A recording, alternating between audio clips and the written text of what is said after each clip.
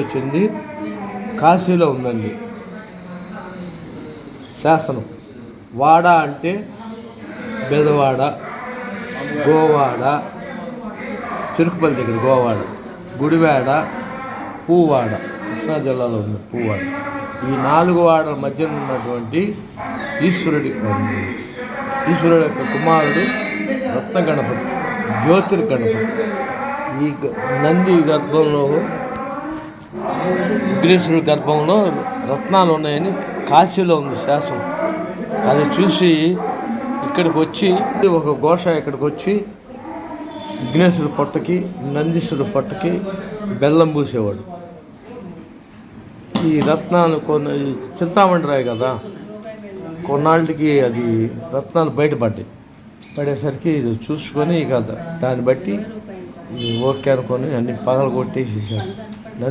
నంది గర్భం పగలు కొట్టేశాడు, విఘ్నేశ్వరుడు గర్భం పగలు కొట్టేశాడు.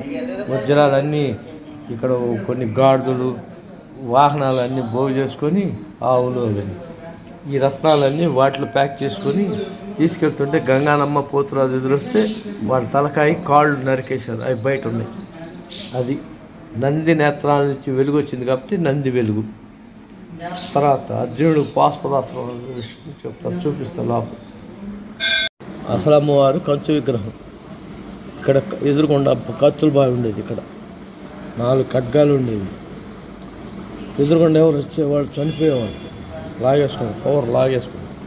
ఇట్లా ఉంటే ఇబ్బంది అని చెప్పి ఆ కంచు విగ్రహాన్ని చిలకలూరుపేట జమీలు రాజా మానూరు వారని వారు అమ్మవారిని కత్తుల బావిలోకి నెట్టేశారు.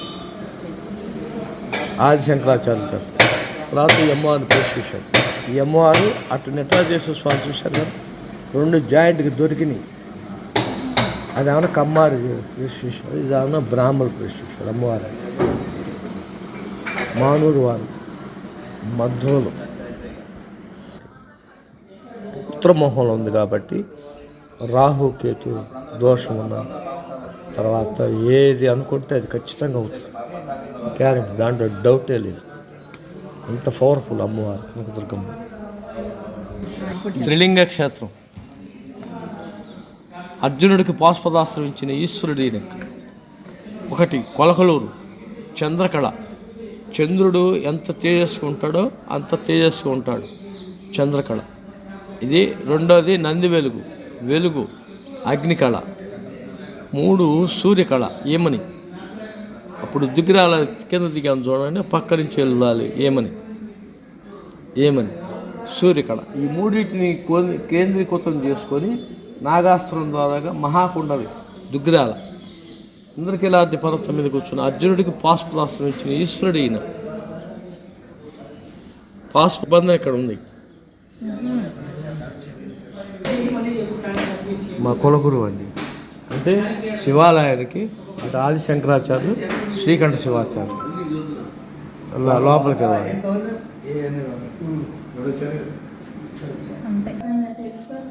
శివధనుస్సు. ఓకే ఏమండి, ఇక్కడే ఉంది, ఎక్కడా లేదు. శివధనుస్సు కనపడిందండి, ఇదిగోండి. తర్వాత ఇక్కడ దేవనాగరి లిపి. అంటే దేవనాగరి లిపి అంటే రకరకాల భాషలు ఉన్నాయి. దాంట్లో తెలుగు ఉంది, తమిళం ఉంది, మలయాళం ఉంది, అన్ని భాషలు ఉన్నాయి. దేవనాగరి లిపి. ఇక్కడ 7 ఋషులు ఉండేవాళ్ళు.